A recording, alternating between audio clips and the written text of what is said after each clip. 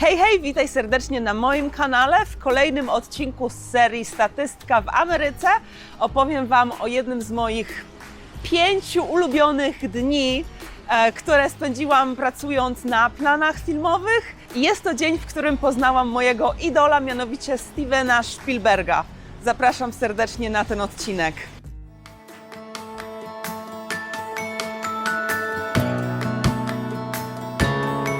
Statystka w Ameryce.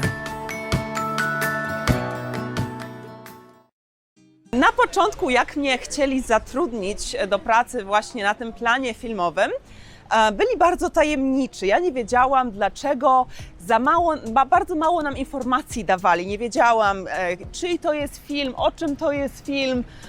To wszystko było takie w sekrecie.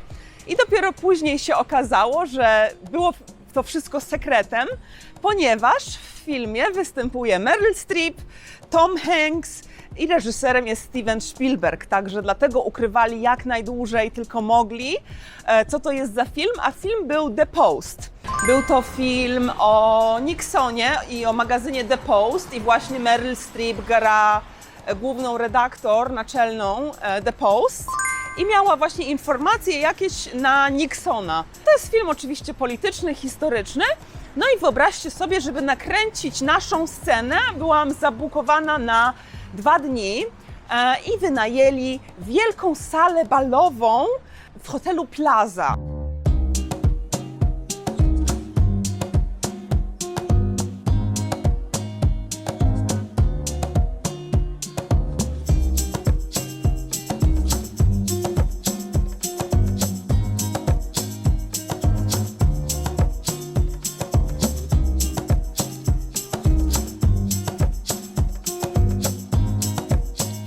Słuchajcie, to są takie pieniądze, to jest tak piękne miejsce i naprawdę cieszę się, że pracując nawet jako statystka, było mi dane wchodzić do takich miejsc. Na przykład tutaj jest jakiś tajemniczy ogród. Dla przykładu Wam pokazuję, że są takie sekretne miejsca, że nie wiadomo do końca, co to jest, dlaczego to tam jest. I my jako statyści mamy to szczęście, że w takich miejscach pracujemy. Także ja bardzo dużo Nowego Jorku widziałam właśnie przez pryzmat swojej pracy i miałam dostęp do takich miejsc, gdzie normalnie nigdy bym nie wylądowała. Typu właśnie ta sala balowa, przepiękna sala w hotelu Plaza. I słuchajcie, jesteśmy tam, to jest bal maskowy, więc wydali kupę kasy na stroje, wydali kupę kasy na maski, które specjalnie dla nas zaprojektowali i zrobili. Było mnóstwo też zatrudnionych tancerzy, ponieważ była tam scena tańca i potrzebowali profesjonalnych tancerzy, żeby tam chyba walca zatańczyli czy coś takiego. I generalnie bardzo dużo pieniędzy jakby od razu było widać, teraz trochę ciemno, bo jestem pod rusztowaniami przechodzę, a w Nowym Jorku to normalka, że wszędzie co chwilę są jakieś rusztowania.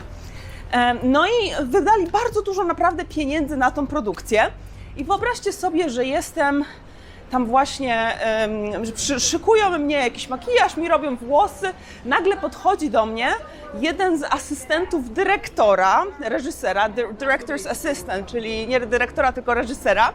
Podchodzi do mnie asystent reżysera, wyobraźcie sobie, bierze mnie za rękę i prowadzi mnie do innej makijażystki, do innego fryzjera i robią mnie, słuchajcie, na bóstwo. Pięknie zrobili mi makijaż, pięknie zrobili mi fryzurę. I ja nie wiedziałam jeszcze o co chodzi, dlaczego jestem wyciągana powiedzmy tam z 200 statystów, dlaczego mnie się wyciąga i zabiera się mnie do innego fryzjera, do innej makijażystki. I wiecie, co się okazało? Słuchajcie, okazało się, że wyglądam jak pani, która na ten bal, faktyczny bal, bo myśmy odtwarzali, to się nazywało Black and White Ball, czyli czarno-biały bal. I wyobraźcie sobie, że wyglądam tak jak towarzyszka Henry'ego Fondy w tamtych latach. A Henry Fonda to był aktor, który był ojcem Jane Fondy. Więc może kojarzycie, jak kojarzycie, znacie się na filmach, to wiecie, kto to był Henry Fonda.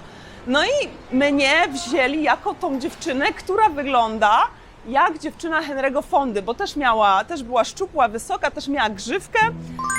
I wyobraźcie sobie, że Zabierają mnie po tym makijażu i włosach, zabierają mnie i prowadzą mnie do faceta, który ma namalowane na twarzy kropki. Ja mówię, kurde, co taki starszy facet, tak około 60, i ma takie kropki zielone na twarzy.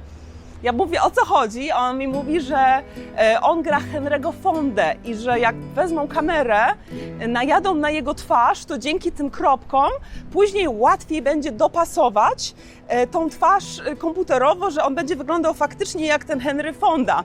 I ja wtedy stoję koło niego i razem właśnie wchodzimy jako ta para na ten bal i razem nam robią zdjęcia wszyscy ci paparazzi, fotoreporterzy. I w tym momencie, słuchajcie, podchodzi do mnie nikt inny jak Steven Spielberg, czyli mój ulubiony reżyser. Wychowałam się na jego filmach, zwłaszcza na Parku Jurajskim, który po prostu od dziecka oglądałam. Na nim się uczyłam zresztą języka angielskiego. I jeszcze moim drugim ulubionym reżyserem jest Quentin Tarantino, ale to jako ciekawostka. No i w każdym razie przyszedł Steven Spielberg, uścisnął mi rękę, powiedział: cześć, jestem Steven, a ja do niego mówię, że mój były chłopak pracował u pana na planie w moim mieście w Polsce. A on mówi: o super, skąd jesteś? Ja mówię, że z Wrocławia, a on tam kręcił Most Szpiegów kilka lat temu. I mu powiedziałam właśnie, że mój były chłopak dla pana pracował w Polsce, że bardzo się cieszę, że mogę pana poznać, że jestem wielką fanką. A on mi powiedział rzeczy na zasadzie: dzień dobry, dziękuję, jak się masz? Czyli pamiętał te nasze typowe polskie słówka takie do zagadania. I to było totalnie niesamowite i mnie wyreżyserował, powiedział, o co chodzi w scenie. I słuchajcie, po tym wszystkim, jak go poznałam, później poszłam do łazienki nagrywać się, pamiętam, na Messengerze znajomym: o mój Boże, poznałam Spielberga, uścisnęłam mu rękę. Cześć, jestem w kiblu, nagrywam się, bo coś niesamowitego wydarzyło na planie ze Spielbergiem. Zaraz nagram Ci wiadomość głosową, ale ja nie uwierzysz, po prostu masakra. To był chyba 2017, z czego się, jeśli dobrze pamiętam, jeśli się nie mylę. No i w każdym razie, ważna informacja tutaj, cała ta scena, te 2 dni kręcenia, wszystko to zostało, słuchajcie, wycięte z filmu. Także skończyło się na tym, że myślałam, że zobaczę swoją wielką twarz, bo to były przybliżenia naszych twarzy z Henry Fondą. Myślałam, że zobaczę swoją twarz w filmie Spielberga w kinie. I to się nie stało. Jeszcze kiedyś się może stanie, ale jeszcze się nie stało. Często się tak niestety zdarza, że to, co kręcimy, nie ląduje w ostatecznej wersji filmu czy serialu. Także często niestety jest tak, że coś kręciłam, faktycznie myślałam, że będę super widoczna, później to niestety nie wychodzi i nie jest tak, jak myślałam, że będzie. I niestety jako aktor trzeba się już przyzwyczaić do tego uczucia zawodu. I też szkoda mi ich, bo wiem, że kupę kasy na to wydali. Stracili mega dużo kasy na tym przedsięwzięciu, na pewno kilkasetek tysięcy dolarów.